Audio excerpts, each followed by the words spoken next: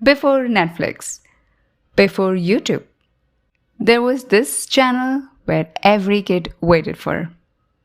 Even I was one among those kids. To be honest, I'm so excited about this episode. So, this channel wasn't just a TV channel, it was a daily routine.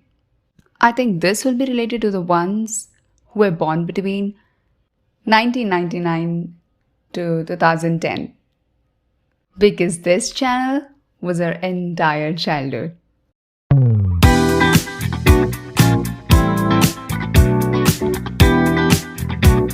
Hi, I'm Shruti. Welcome to One Company, One Story. This podcast is about one company, decision taken by that company, and a lesson to be learned. Also, this podcast is based on publicly available information and is intended for educational purposes only. Cartoon Network wasn't just a TV channel. It was daily routine. It was launched in the year 1992 by Turner Broadcasting System. It became the first channel dedicated entirely to cartoons. At that time, when cartoons were limited to specific time slots, Cartoon Network made them available all day and every day. And that changed everything. Cartoon Network built its identity through original and creative storytelling. Shows like Dexter's Laboratory, The Powerpuff Girls, Johnny Bravo, Ben 10, and Adventure Time. These weren't just cartoons, they were cultural moments. The channel created something called cartoons, where it invested in original creators instead of just buying content. So let's put this in simple economics. It's nothing but owning original shows equals long-term value, strong identity. Now, can you relate this? This strategy, which was something similarly used by a company, which we saw in the previous episode. Do you remember which company? Now, let's get back into the Cartoon Network. Kids didn't choose what to watch, they waited for it. And that made every show feel special. So, what basically changed here? Then the internet happened. Platforms like YouTube and later Netflix completely changed how content was consumed. Suddenly, there was no fixed timing, no waiting for the next show to pop up, and there was no limits. Viewers had full control. Cartoon Network didn't adapt fast enough. Instead of moving aggressively into digital and building strong streaming presence early, what they did instead stayed dependent on TV, replayed old content, lost consistency in new shows.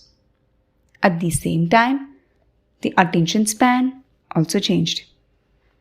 Kids moved from scheduled TV to on-demand, short-form, personalized content. The very business problem over here is pretty simple.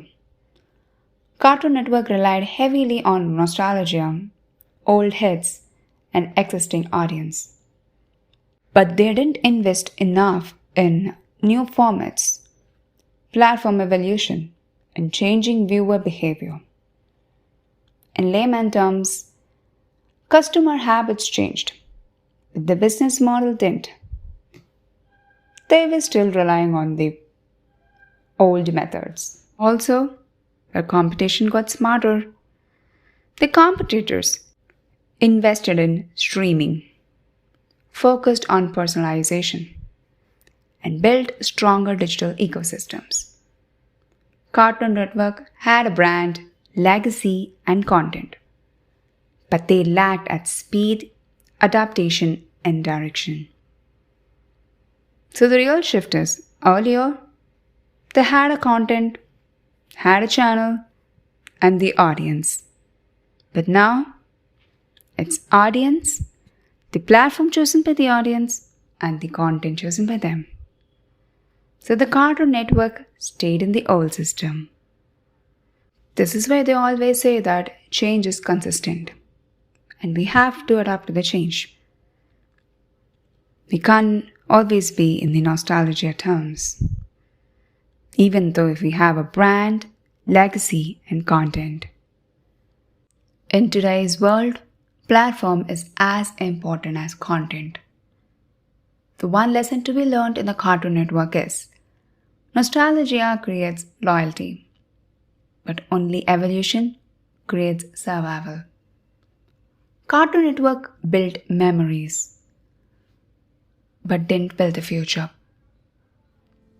So that was Cartoon Network. Nostalgia over evolution. The next episode is about Patanjali, brand trust without controls. This is Shruti signing off. See you in the next episode of One Company, One Story.